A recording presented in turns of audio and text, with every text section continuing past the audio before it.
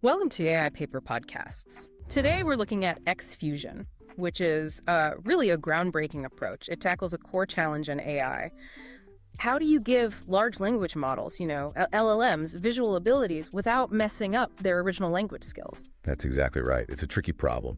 This paper introduces a really neat idea, a dual tower architecture.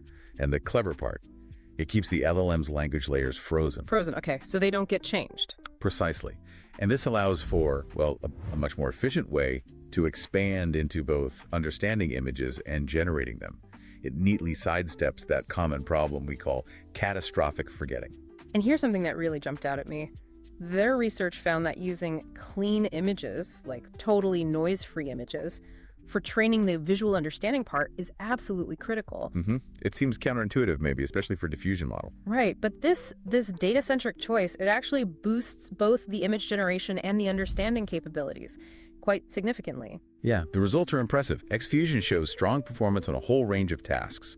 Think precise image editing, visual question answering, and generating some really creative, really accurate images.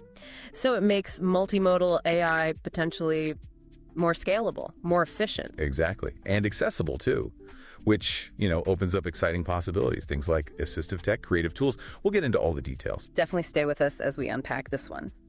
Hey everyone, and welcome back to AI Paper Podcasts. We're living in, a fascinating time for AI, aren't we? And one of the most exciting frontiers has got to be multimodal AI.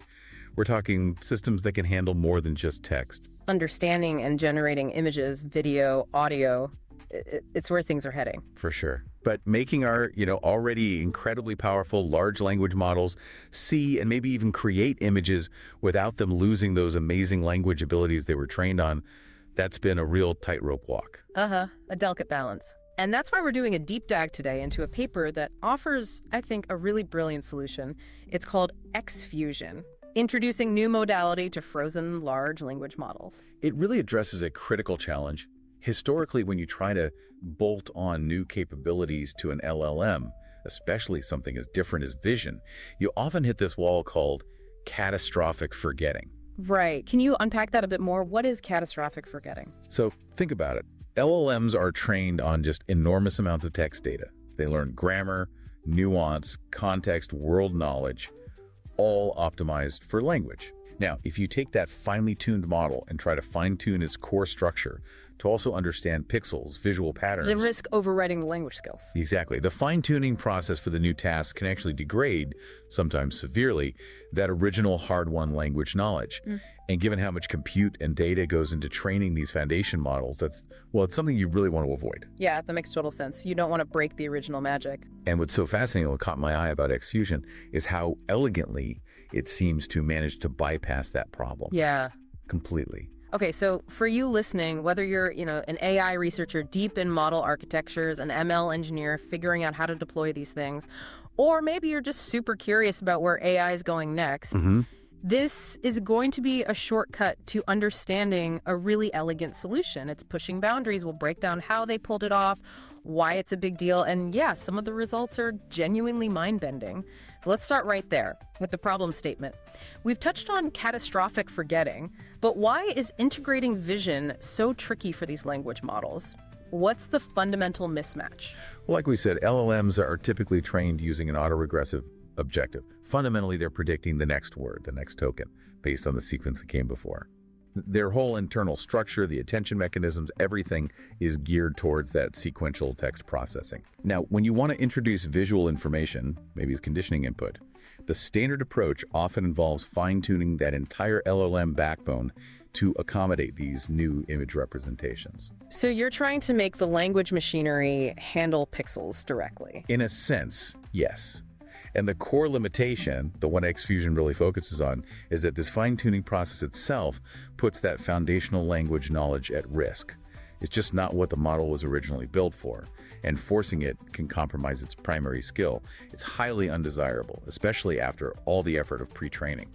Okay, that paints a clear picture. It's like, asking a world-class violinist to suddenly play the drums using their violin bow.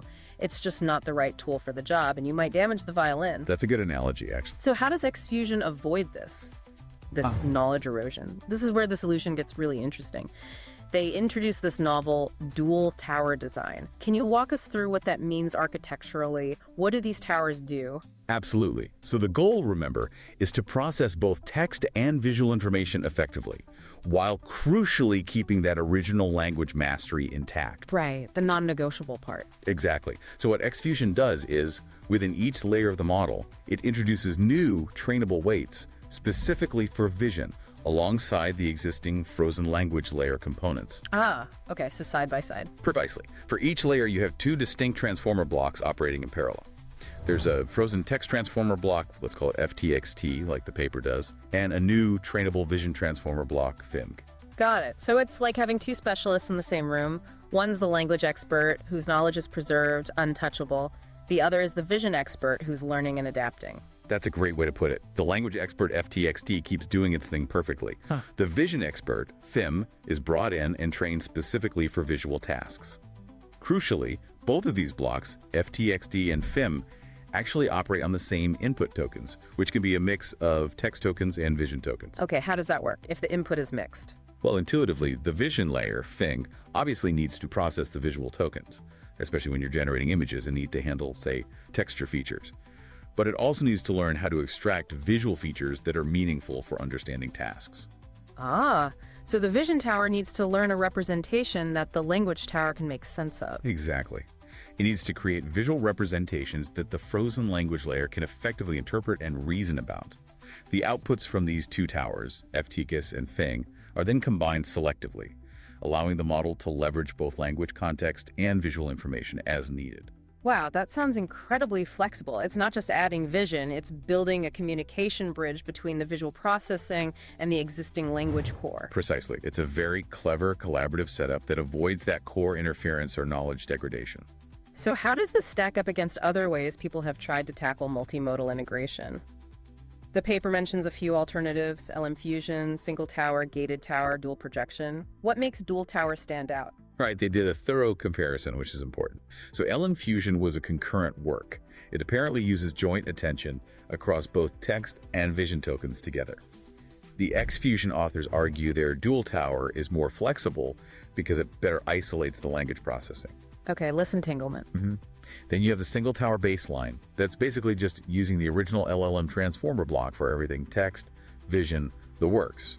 Which, as we discussed, is kind of like that transfusion approach and prone to catastrophic forgetting. Yeah, forcing the violinist to play drums again. Exactly. Then there's gated tower. That approach duplicates the language block, makes the copy trainable, the gated block, and then adds its output to the original frozen block's output using a learnable weight, like a volume knob, to mix them. Sort of a blend then. Kind of a weighted blend, yeah. And dual projection is a bit different again. It copies the language weights, but then applies separate projection layers to the query, key, and value matrices, depending on whether the token is text or vision, before doing a joint attention step. More complex processing before attention. Right. But the Xfusion team argues that the real strength of their dual tower design, compared to all these, is its clean separation. It truly isolates and preserves those foundational language capabilities while still enabling really robust, nuanced visual processing. No compromises. Okay, so the architecture is definitely clever, keeping those language layers sacred, preventing the forgetting. But the paper makes another really strong point, something about the training data itself. And honestly, this part really surprised me. Ah, yes, the data insight. It's quite significant. We often hear, especially with diffusion models for generation, that noisy data is good, right? It helps the model learn to denoise and create. But Xfusion found something, well, almost the opposite. They did. And it's a key data-centric finding. They state pretty clearly that creating image understanding samples without introducing noise to the images is crucial for training diffusion-based unified models. Without noise, for the understanding part. Exactly. While noise might help the generation side learn its diffusion process, they found that putting excessively noisy images into the model during the understanding training phase can actually hurt things. It can degrade the final visual quality of generations and, maybe more importantly, significantly hinder the model's ability to actually understand the content of images properly. Wow. So for a model that needs to do both understand and generate, you need clean, pristine images for the understanding task training to make everything work better, generation included. That's precisely the claim. Their approach, using clean images for understanding samples, actually enhances both image generation and understanding abilities. Why? Because the model learns a more meaningful, more semantic visual representation from that clean data. A better internal understanding helps both tasks. Exactly. And they back this up with experiments, specifically linear probing. Can you quickly explain linear probing? Sure. It's a common technique to evaluate how good the internal feature representations learned by a model are. You basically freeze the main model, treat it as a feature extractor, and then train just a simple linear classifier on top of those features for a standard task, like ImageNet classification. Okay, so it tests the quality of the features the main model learned. Right, and they consistently found that the Diffusion models, trained with their strategy using clean images for the understanding parts learned features, that led to higher performance in these linear probes for both understanding and generation tasks. It shows a clear mutual benefit. Handle the understanding data cleanly, and both sides win. That's a really powerful insight. It shifts focus from just architecture to how crucial the data strategy is for these unified models. Okay, so we have this clever dual tower architecture. We have this key data insight. Let's talk results. What does this actually mean in practice? How well does Diffusion perform? What cool things can it actually do? Right, the proof is in the pudding. They trained Diffusion using Llama 3.18b as the language backbone. That's a pretty capable LLM. Yeah, a solid foundation. And for the image side, they used an in-house pre-trained text-to-image diffusion transformer. They tested models of different sizes, 1 billion, 3 billion, and 8 billion parameters, and evaluated them across several standard metrics. Like FID, CAP? Exactly. FID, which measures image quality, how realistic the generations look. CLIP score, which assesses image-text alignment. Does the image actually match the text prompt? And also, metrics like BLIP for caption quality, can it describe an image well? And how did it do? The results showed pretty robust performance across the board. It demonstrated that the system is indeed powerful and versatile. Interestingly, they noted that the effectiveness of an additional feature alignment loss they tried actually diminished as the model size increased, suggesting the larger models might align features more naturally already. Okay, so quantitatively strong. But you know me, I love the qualitative examples. This is where you really see the intelligence or lack thereof sometimes. Yeah, absolutely. And the paper has some really compelling examples showcasing Diffusion's versatility on downstream tasks. Let's dig into some. What caught your eye? Well, visual question answering VQA is a good starting point. It shows basic comprehension. So you give it an image and ask a question, Okay. like an image of a boy on a beach, something flying towards him. Ask, what is flying toward the boy? And Diffusion correctly answers, Frisbee. Or show it a building decked out with Christmas decorations and ask about the holiday. It correctly identifies Christmas. It connects the visual scene to the language query. Okay, basic understanding seems solid. What about editing? That seems harder. Image editing is where it gets really impressive, I think. It's not just slapping things together. It follows quite nuanced instructions. For example, they show it can change the robin to a silver robin sculpture. And it does. It creates a metallic-looking bird that fits the scene. Whoa, okay, that requires understanding robin, silver, sculpture, and the context. Exactly. Or another one, maybe even more complex. Change the food containing the most vitamins to an apple. The image shows fish and rice. Diffusion replaces the fish rice with an apple, understanding the implied health concept and performing the object replacement. That's pretty sophisticated reasoning happening there. It is. And another, change the smaller zebra to a rhino. It correctly identifies the smaller zebra in a pair and replaces it with a rhino, integrating it naturally into the scene. This shows really fine-grained understanding and generative control. Okay, the editing capabilities are definitely stand out. What else? Object localization. Basically, Oh. pointing things out, give it an image, ask it to highlight the snowman, and it draws a bounding box around the snowman. Simple but useful. Or, my favorite prompt phrasing, ask it to find the animal that meow, and it correctly highlights the cat in the picture. It shows it links the sound description to the visual object. Hey, nice. And in-painting, out-painting, filling gaps and extending images. Yep, it handles those too. For in-painting, if there's a missing patch in a cityscape, you can ask it to add tall buildings that fit the environment, and it fills the gap coherently. Seamless integration. And for outpainting, extending the canvas, you could have a cityscape and ask it to add an animal that's the best friend of human outside the original frame, and it might add a dog walking on a sidewalk nearby. It expands the scene logically. So editing, localization, filling, extending. What about just generating from scratch? The creative generation. Yeah. Yes, beyond editing, it generates entirely new images from text prompts, and the quality looks really good in the paper's examples. High visual fidelity and strong image-text alignment. Give me some examples. Okay, how about a photo of an astronaut on a camel in otherworldly desert, Okay, I can picture that. Weird, but picturable. right? Or a croissant-shaped spaceship traveling through a galaxy of bakery planets. Haha, okay, now we're talking creative. Or just beautifully rendered scenes like a snowy owl perched on a branch under falling snowflakes. The visual quality they showcase is genuinely remarkable. It really seems to nail the generation aspect, too. This is clearly a big step forward.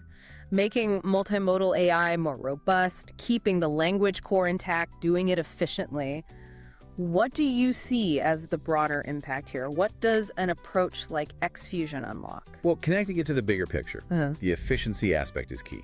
By integrating new modalities into frozen LLMs, you drastically cut down the computational cost compared to retraining or fine-tuning massive models from scratch. Which means these powerful multimodal capabilities become much more accessible, not just for huge tech labs, but potentially for smaller teams, researchers, startups. democratization in a way. Exactly. And that opens the door for so many applications. Think about assistive AI tools that can accurately describe complex visual scenes for people with visual impairments, or generate images based on detailed verbal descriptions. Huge potential there. Absolutely. And in creative fields, generating concept art, illustrations, unique marketing content based on text prompts. Also, just enhancing general visual language understanding for things like better search engines, educational tools that can explain concepts visually. The potential is vast. It empowers more people and more applications with this advanced AI. That's incredibly powerful. And as we always say, with powerful new tech come important ethical considerations. Does the paper touch on that? What should we be mindful of as models like Diffusion get better and more widespread? Yes, that's a crucial point, and the paper does acknowledge it. They mention that multimodal AI, like any powerful AI, carries ethical concerns. Things like potential biases baked into the training data of visual datasets can have representation issues, just like text datasets. Sure, bias is always a risk. There's also the risk of misinterpretation. Can the model misunderstand an image's context or intent? And of course, the potential misuse of generated content deepfakes, misinformation, using realistic generated images. The usual suspects amplified by visual capabilities. Right. So for responsible deployment, the authors rightly emphasize that future work needs to really focus on things like dataset fairness, rigorous testing for robustness against edge cases and adversarial examples, and developing strong ethical safeguards and usage policies. It's absolutely critical that as we make AI more capable, we simultaneously work just as hard to make it safe and responsible. And that wraps up our deep dive into Diffusion. It's genuinely fascinating to see this combination work so well. The clever dual tower architecture preserving language skills, plus that really insightful data strategy focusing on clean images for understanding. It feels like they've unlocked a way to get these models to truly see and speak, or perhaps understand visually and speak without tripping over their own feet. It really showcases the kind of ingenuity that's driving AI forward, doesn't it? It proves that sometimes the breakthrough isn't about throwing more data or parameters at the problem, but finding a smarter way to structure things, to extend what we already have. Absolutely. It's about intelligent extension rather than just brute force rebuilding. Yeah. Working smarter with these incredibly powerful pre-existing language foundations. So a final thought maybe. What really stands out to you from this paper? And looking ahead, how might this core idea efficiently adding new modalities to frozen LLMs change things? Could we see this applied beyond vision, maybe to sound or other sensor data? That's the really exciting question, isn't it? If this architectural pattern holds, if the dual tower concept combined with careful data handling works well for vision, could it be a template for integrating audio, tactile information, other data types? Imagine an LLM that could understand text, see images, and hear sounds, all without compromising its core language abilities. That opens up, wow, a lot of possibilities for truly integrated AI systems. Definitely something for all of us to think about. Indeed. Well, thank you for joining us for this AI Paper podcast. Until next time, stay curious.